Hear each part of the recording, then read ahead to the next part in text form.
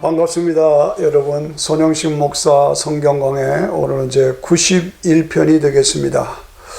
오늘 우리가 사는 사회는, 세상은 민주주의로 가고 있죠. 민주주의는 모든 것을 투표로 결정합니다. 그런데 점점 더 인간 중심으로 가는 이 민주주의 투표 제도를 통해서 드러나는 문제점이 뭐냐? 인간은 타락했잖아요. 인간에게는 죄성이 있잖아요. 그리고 마귀가 공격하잖아요. 그런 가운데서 점점 더 세상이 파멸되고 파괴되고 추락하고, 이것이 민주주의 결과로 지금 그렇게 나가고 있습니다. 해답은 뭐냐? 신주주의로 들어가야 한다. 어떻게? 단번에 안 됩니다. 구석구석에서 가정들이, 어머니들이, 여성들이, 할머니들이 신주주의로, 신본주의로 일어서야 한다, 그 말입니다. 오늘 성도들의 삶은 인본주의에서 신본주의로 돌아가는 씨름과 투쟁과 혁명의 역사라고 보아야 합니다. 자, 아브라함의 가정을 보십시오. 인간의 방법으로 하갈을 통해서 이스마엘이 나왔죠. 그때 사라가 나옵니다. 이스마엘을 내쫓으라. 와, 이거 모질고 싸납지 않습니까? 쫓아내라. 쫓아냈습니다. 이삭의 아내 리브가를 보십시다. 큰 자가 작은 자를 섬기리라, 그 말씀을 받았죠, 잉태 때에. 그래서 결국 어떻게 됐어요? 야곱과 공모해서 거짓과 사기로 눈이 어두운 이삭을 속이고 축복을 받아내는 리브가의 영적인 구태타, 저는 그렇게 해석합니다. 장자의 특권을 등한히 해서 축복을 빼앗긴 에서의 통곡, 그렇습니다. 가정 속의 인본주의를 하나님 중심으로 신본주의의 흐름으로 방향을 바꾸어서 드디어 12지파의 조상의 할머니로 메시아의 조상이 된 리브가 할머니. 결국 하나님은 아브라함의 하나님, 이삭의 하나님, 야곱의 하나님이 되었습니다. 어떻게 해서? 리브가를 통한, 어머니를 통한 그런 영적인 혁명을 통해서. 신약 성경의 처음은 마태복음이지요. 1장을 보면은 아브라함과 다윗의 자손 예수 그리스도의 세계라. 원래 세계가, 기존 세계가 있는 그 세계 속에 그건 마귀가 지배하는 사탄의 왕국이죠. 그런데 그 속에 예수 그리스도 메시아가 탄생해서 새로운 세계가, 그리스도의 세계가 이루어졌다고 말입니다. 그것을 바라보면서 우리가 나는 어떻게 살 것인가? 우리가 마태복음 1장에는 예수님의 족보가 나옵니다. 그런데 네 여자가 등장합니다. 첫째 여자가 다말입니다. 다말은 12아들 중에 유다의 며느리죠. 그런데 자기 남편 둘이 악을 행함으로 다 죽지요. 자손을 낳아야 되겠는데 안 되니까 기생으로 가장해서 시아버지와 관계를 합니다. 말도 안 되는 얘기죠. 그런데 메시아의 족보에 그 이름이 올라갑니다. 다말. 기생 라합, 말대로 여리고성의 기생입니다. 그러나 그가 모든 상황을 봤을 때 이스라엘의 하나님이 참 하나님이시고 상천하지의 하나님이 유일하신 참 하나님이시다 결단하고 신앙을 고백합니다. 도전합니다. 그래서 붉은 밧줄을 내립니다. 드디어 메시아의 족보에 올라갑니다. 룻은 모함 여자입니다. 남편 죽고 시아버지 죽고 시동생 죽고 다 죽습니다. 주변에 나오미와 시어머니와 룻 둘만 남죠. 그때 돌아가라 할 때 나는 안 돌아갑니다. 어머님의 하나님을 나의 하나님으로 삼고 어머님의 백성을 나의 백성으로 모시겠습니다 라고 했을 때 그가 메시아의 족보에 올라갑니다. 그 다음에 나오는 겁니까? 밧세바입니다. 밧세바는 다윗 왕이 실패로 음행을 저지른, 살인 저지른 아주 수치의 사람이죠. 그러나 철저하게 회개하고, 그래서 밧세바를 통해서 두 아들이 나옵니다. 두 아들이 등장합니다. 하나는 솔로몬. 솔로몬은 육신의 족보상의 아버지인 요셉의 흐름이죠. 왕의 흐름이죠. 나단, 밧세바의 다른 아들 나단, 나는 마리아의 혈통이 됐죠. 조상이 됐죠. 그래서 메시아의 조상이 됩니다. 누가? 밧세바가. 이 다말과 라합과 룻과 밧세바, 이 사람들은 자격이 없습니다. 모든 만민의 죄인을 대속해서 오시는 예수 그리스도, 모든 민족을 구원하시기 위해서 오신 예수 그리스도를 통한 구원의 역사를 이루는 상징적인 조세로 나오신 분들이 이 네 여자입니다. 그렇습니다. 하나님을 찾고 하나님을 열망하는 자들의 승리를 보여주는 겁니다.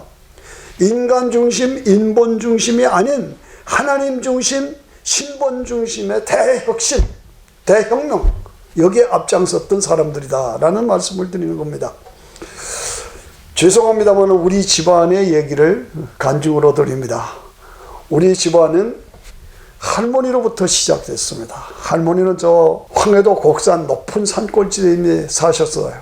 그런데 높은 산에 올라가니까 그 높은 산에 바다에 모래가 있고 바다 조개 껍질이, 그 이상하다, 이 높은 산에 무슨 바다에 있는 모래가 있고 조개 껍질이 있을까, 항상 그게 의문이었대요.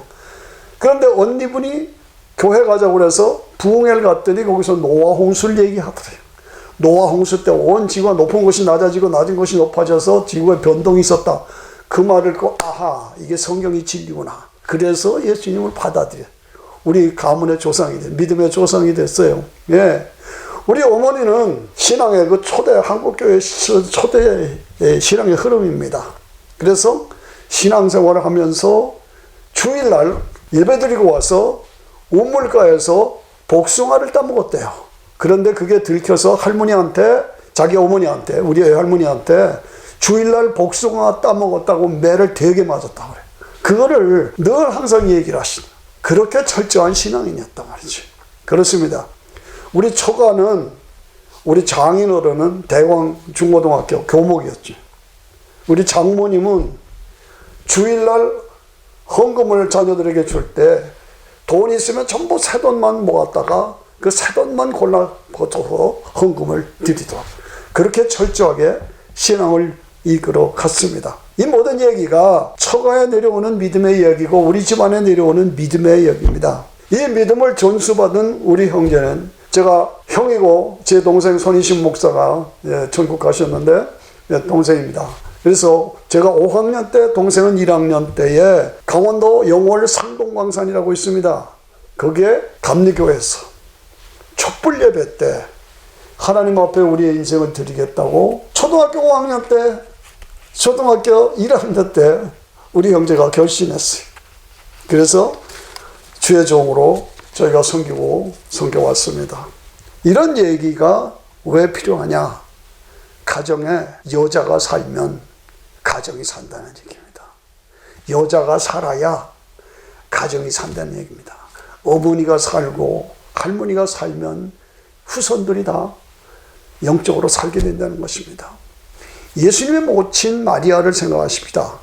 나는 사내를 알지 못합니다. 천사가 아들을 낳으리니 이름을 예수라고 그럴 때, 나는 사내를 알지 못한 처녀인데요, 내가 어떻게 해납니까? 그때 성령께서 이루신다. 뜻대로 하시옵소서. 결국은 뜻대로 하시옵소서. 그러면 자기가 남자를 모르고 처녀인데 임신을 한다는 얘기입니다. 그럼 배가 불러오면 어떻게 됩니까? 그 당시 율법사에서는 돌 맞아 죽습니다. 죽음을 각오하고 뜻대로 하시옵소서라고 말씀하신 겁니다. 그렇지 않아요? 철저하게 하나님의 주권, 하나님의 통치에 순종함으로 신본주의로 살아서 결국은 역사를 이룬 것입니다. 저는 아시죠? 기독교 역사의 유명한 성 어거스틴, 방종한 사람이었습니다. 탈선하고 타락한 사람이었습니다. 다른 신비한 데에 빠졌던 사람입니다. 그런데 그 어머니의 기도로 회개하고 성 어거스틴이 되지 않았습니까?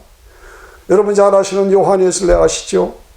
그 어머니 수잔나의 철저한 신앙과 기도로 위대한 영적인 하나님의 사람이 나온 것입니다. 그렇습니다. 우리는 생각해야 합니다. 결단해야 합니다. 살아있어야 합니다. 살려야 합니다. 그렇습니다.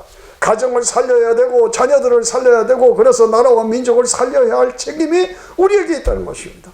여자가 살면 가정이 삽니다. 자녀들이 삽니다. 세상을 살립니다. 속담에 있죠. 세상을 정복하는 것은 남자지만 남자를 정복하는 것은 여자다. 그런 말 있죠. 제가 은혜 받고 잊지 못하고 늘 활용하는 것이 어느 신학교 총장님이 간증하는 걸 제가 들었어요. 아, 감동이 됐어요.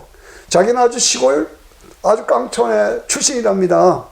교회가 하나도 없고 예수 믿는 사람 하나도 없었대요. 근데 자기 아버지가 결혼을 했는데 도시에서 어머니를 데려왔대요. 그런데 철저한 크리스천인 거야. 주일날 교회가 없으니까 하루 종일 걸어가서 예배드리고 하루 종일 오는 거예요. 주일마다 가니까 믿지 않는 아버지가 가지 말라고 사정을 하고 공격을 하고 협박을 해도 그냥 가는 거예요. 아버지가 지쳐가지고 나중에는 어머니가 오실 때 기다렸대. 기다리더니 산으로 끌고 올라가더래요. 삽을 가지고 올라가더래요. 왜 뭔가 무덤을 파놨더래요. 그래서 거기 확 밀어졌대요.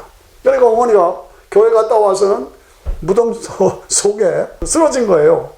그러니까 삽으로 흙을 담아서 내가 불까 말까, 교회 갈까 말까, 교회 갈 거야? 갈 거예요. 흙을 부을까? 부세요. 부세요. 흙을 부세요. 나 죽어도 교회 가야 돼요. 그때 아버지가 손드는 겁니다. 당신이 믿는 하나님, 예수, 나도 믿겠다. 목숨 걸고 신앙을 선포하니까 아버지가 항복해서 그 동네가 다 예수 믿게 됐다. 그리고 자기가 신학교 총장이 됐다. 그런 말을 들어서 한 여자가 사니까, 어머니가 사니까, 아내가 사니까 온 가정이 살고 동네가 살고 하나님의 사람이 나오는 것입니다. 오늘은 둘째 주일입니다. 어머니 주일입니다. 가정의 날입니다. 어머니의 역할은 가정을 복음화시키고 자녀들을 복음화시키고, 가정은 영권은 아버지가 가지고 있고 가정의 영적인 흐름은 어머니가 가지고 있어요. 그렇습니다. 어머니들이요, 가정을 영적인 가정으로 만드셔야 합니다. 여인들이요, 가정 속에서 영적인 쿠데타를 일으키라고 말이죠. 영적인 혁명을 일으키라고 말이에요. 어떤 환경에서도 죽으면 죽으리라 하고 영적인 도전으로, 씨름으로 혁명을 일으켜서 가정을 복음의 가정으로 만들고 자녀들을 복음의 사람들로 만들어 가야 한다고 말이죠. 그래서 신앙의 명문가정, 영적인 명문가정, 그 신앙의 명문가정, 영적인 명문가정을 만들어가고 세워가고 그 대열에 굳게 세워야 할 책임이 어머니에게 있다. 할머니에게 있다 여기죠. 아담의 흐름은 죄인의 흐름이고 죽음의 흐름이고 저주의 흐름입니다. 그런데 예수님의 흐름은 의인의 흐름이고 생명의 흐름이고 축복의 흐름이고 영원한 영생의 흐름입니다. 확신하지 않습니까? 그렇다면 내가 바꿔야 된다야. 가정의 흐름을, 세상의 흐름을 바꿔내야 돼요. 어머니들이요, 할머니들이요, 가문의 흐름을 복음의 흐름으로 바꾸려는 겁니다. 바꿔야 한다는 겁니다. 그 일에 책임져야 한다는 얘기입니다. 저는 우리 아버님이 장로님으로서 교회에 충성하셨는데, 제가 잊지 못하는 것이 새벽 기도에서 돌아오시면 흥얼흥얼하고 찬송을 부르셨어요. 주의 보좌로 나아갈 때에 어찌하니 기쁠까, 주의 얼굴을 항상 배우니 더욱 친근합니다. 그러시면서 이 찬송이 너무 좋다. 주의 보좌로 나가서 예배드리고 주님을 배울 때 너무너무 좋다는 거예요. 크리스마스가 되면 크리스마스 캐럴, 이 세상에 주께서 탄생하실 때 참신과 참사람이 되시려고 저 동정녀 몸에서 나시었으니 엎드려 절하세. 여호와의 말씀이 육신이 되어 날 구원할 구주가 되셨도다. 엎드려 절하세. 이 찬송이 너무너무 좋다는 거예요. 너무너무 좋대요. 말씀이 육신이 되어서, 처녀의 몸에서 출생하셔서 나의 구원자가 되셨다. 이 찬송이 너무너무 좋았대요. 무슨 얘기입니까?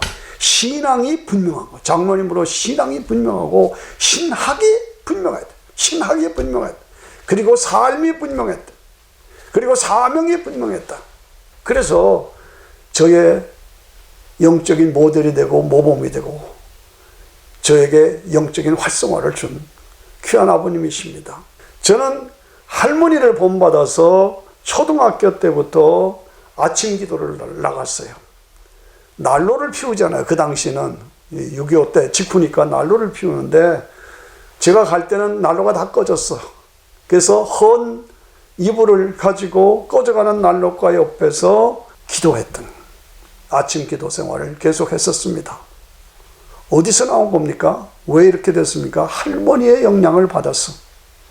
믿음의 할머니 때문에, 믿음의 어머니가 계시기 때문에, 믿음의 아버지가 계셨기 때문에 제 신앙을 유지할 수가 있었다는 얘기입니다. 저는 어릴 때 목사님이 사람아 사람아 사람이면 사람이냐, 사랑이 사람이 되려면 사랑값을 해야 되었어요. 이 사랑값을 이게 어떻게 하는 건가 그랬어요. 그 설교를 듣고 은혜를 받으면서 사랑값을 해야 사람이다. 그런데 대공 고등학교에 가가지고 굴뚝에 예수 그리스도를 바라보라 하는 게 매일 보면 보여야 돼. 그걸 써 있으니까 예수 그리스도를 바라보라. 그런데 김월란 박사가 돌아가셨어요. 이대 총장하던. 그러면서 그분이 살한 것이 하나님의 영광을 위해서 쓰임받는 지팡이가 되게 해 주시옵소서 라고 기도했대요. 아, 이거로구나. 저도 거기를 본받아서 매일 그렇게 사랑값을 내게 예수 그리스도를 바라보면서 하나님 앞에 쓰임받는 지팡이가 되게 해 주시옵소서. 이것이 저의 기도입니다. 이동원 목사님이 워싱턴 침례교 지구촌교회 담임 목사 하실 때에 저는 음악 담당 사역자로 음악 지휘자로 14년 동안을 같이 있었습니다. 지금도 둘이 만나면 그때가 좋았다고 얘기합니다. 예. 저는 음악 지휘를 하면서 핸델의 메시아를 통해서 피의 복음, 십자가의 복음을 강하게 도전받았습니다. 하이든의 천지창조를 통해서 그걸 지휘하면서 하나님이 우주 만물을 말씀으로 창조하셨다는 창조의 신앙을 확실하게 가질 수 있었습니다. 저는 맨델슨의 엘리야 오라토리오를 통해서 성도에게는 반드시 승리가 있다는 확신을 갖게 되었습니다. 저는 드보아의 예수님의 7가지 가상 7원 그를 통해서 죽으심의 의미와 재림의 신앙을 확실하게 가졌습니다. 이동호 목사님이 마지막 떠나시면서 언제까지 손만 흔들고 있겠느냐, 목사 안수 받으쇼. 그래서 목사 안수를 받게 된 거예요. 그래서 지금 뭡니까? 목회하면서 복음의 음정, 오직 예수, 복음의 화음, 창세기부터 계시록까지 화음이 맞아야 돼. 복음의 박자, 오실 예수, 오신 예수, 다시 오실 예수, 복음의 엑스프레션, 표현, 거기에서 은혜를 받고 사명을 감당해야 한다는 것을 항상 강조하고 그것과 씨름하고 있습니다. 디모데후서 1장 5절에 보니까 내 속에 거짓 없는 믿음이 있음을 생각함이라. 이 믿음은 내 애조모 로이스와 내 어머니 유니게 속에 있더니 내 속에 있는 줄도 확신하라. 외할머니의 믿음, 어머니의 믿음이 자기에게 디모데에게 있어서 이 믿음으로 사명을 감당했던 모습을 볼 수가 있습니다. 종교로가 아닙니다. 종교 중에 하나로가 아닙니다. 하나님과 나와의 예수 그리스도를 통한 관계로 믿으면서 사명을 감당했던 디모데의 모습입니다. 그래서 믿음의 흐름이 흐르고 축복의 흐름이 흐르고 사명의 흐름이 흘렀던 얘기입니다. 그렇습니다. 모든 사람이 죄를 범하였으면 하나님의 영광에 이르지 못한다고 했습니다. 이 죄 문제는 예수 그리스도의 피를 통해서만 죄사함이 피 없이는 사함이 없다고 했습니다. 그리고 한 번 죽는 것은 정한 것이요 그 후에는 심판이 있다고 했습니다. 죽으면 끝이 아니라 그 다음 세계가 있고 그 다음 세계는 심판이 있고 예수를 믿었느냐 안 믿었느냐에 따라서 천국과 지옥이 갈라진다는 얘기입니다. 그렇습니다. 그래서 모든 사람은 다 죄인인데 예수 그리스도를 통해서 믿은 사람은 천국이요 안 믿은 사람은 지옥이요. 하나님의 은사는 그리스도 예수 안에 있는 영생이다. 죄의 싹은 사망이고 하나님의 은사는 그리스도 예수 안에 있는 영생입니다. 그렇습니다. 오늘 우리는 생명줄을 붙잡아야 됩니다. 예수 그리스도께서 생명줄을 우리에게 주셨습니다. 이 생명줄을 우리가 붙잡지 않으면 안 되는 겁니다. 예. 생명줄 던져, 생명줄 던져. 이 생명줄을 붙잡게 만드는 것이 어머니와 할머니의 사명이라고 말이죠. 살리는 것은 영이니 육은 무익하니라고 말씀하셨습니다. 내가 곧 길이요 진리요 생명이니 나로 말미암지 않고는 아버지께로 올 자가 없다고 말씀하셨습니다. 결국은 가르쳐야 합니다. 이 생명의 줄, 생명줄을 붙잡아 하나님의 사람으로 살아가도록 만들어가야 하는 것이 어머니의 믿음이고 할머니의 믿음이고 사명이란 말이죠. 결국은 인생을 살아보니까 좋은 학교 나오는 것도 좋고 모든 학벌을 가지고 모든 조언을 다 갖는 거 좋습니다. 그러나 마지막을 보면 하나님을 잘 섬기는 자가 승리한다.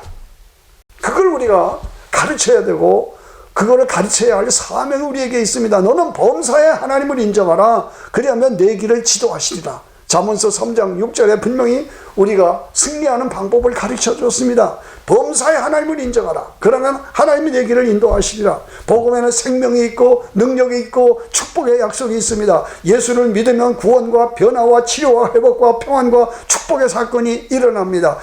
하나님과의 관계의 회복, 하나님과의 관계가 회복되면 교제가 회복되고 교제가 회복되면 능력이 회복되고 능력이 회복되면 공급이 회복되고 공급이 회복되면 축복이 회복되고 영원한 영생이 우리에게 주어지는 것입니다. 이것을, 이 진리를, 이 바른 생명의 길을 가르치고 선포해야 할 사명이 누구에게 있어요? 외조모에게 있어요. 어머니에게 있어요. 이게 디모데입니다.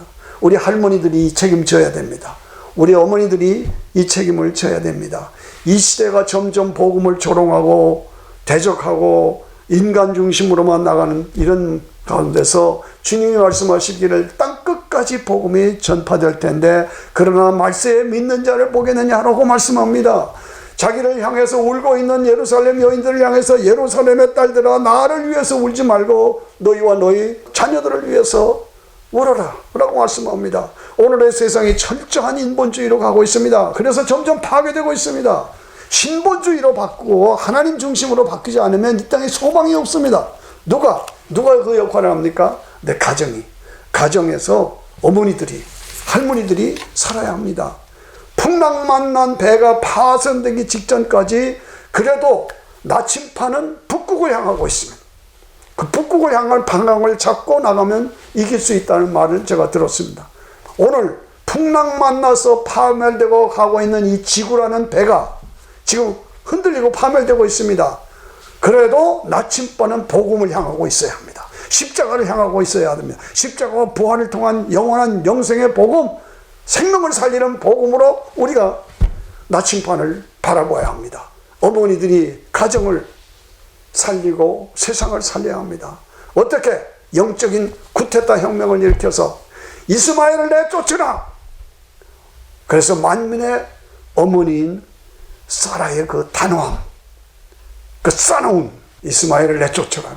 사라 어머니의 그 할머니의 그 단호함이 우리에게 있느냐. 야곱과 공모하여 사기극을 벌려서 축복의 약속을 찾아서 12지파의 할머니가 된 리브가의 그 사기극.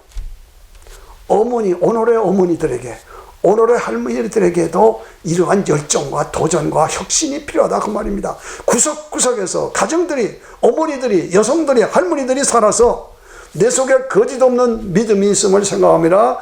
이 믿음은 내 애조모 로이스와 내 어머니 유니게 속에 있더니 내 속에도 있는 줄 아노라. 내 속에도 우리 후손들에게도 이 믿음이 들어가도록, 그래서 믿음의 흐름이 흐르고 축복의 흐름이 흐르고 사명의 흐름이 흘러서 살려야 되지만 어떻게?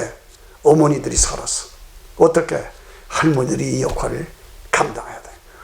여자가 살면 세상이 삽니다. 여자가 살면 세상이 삽니다. 감사합니다.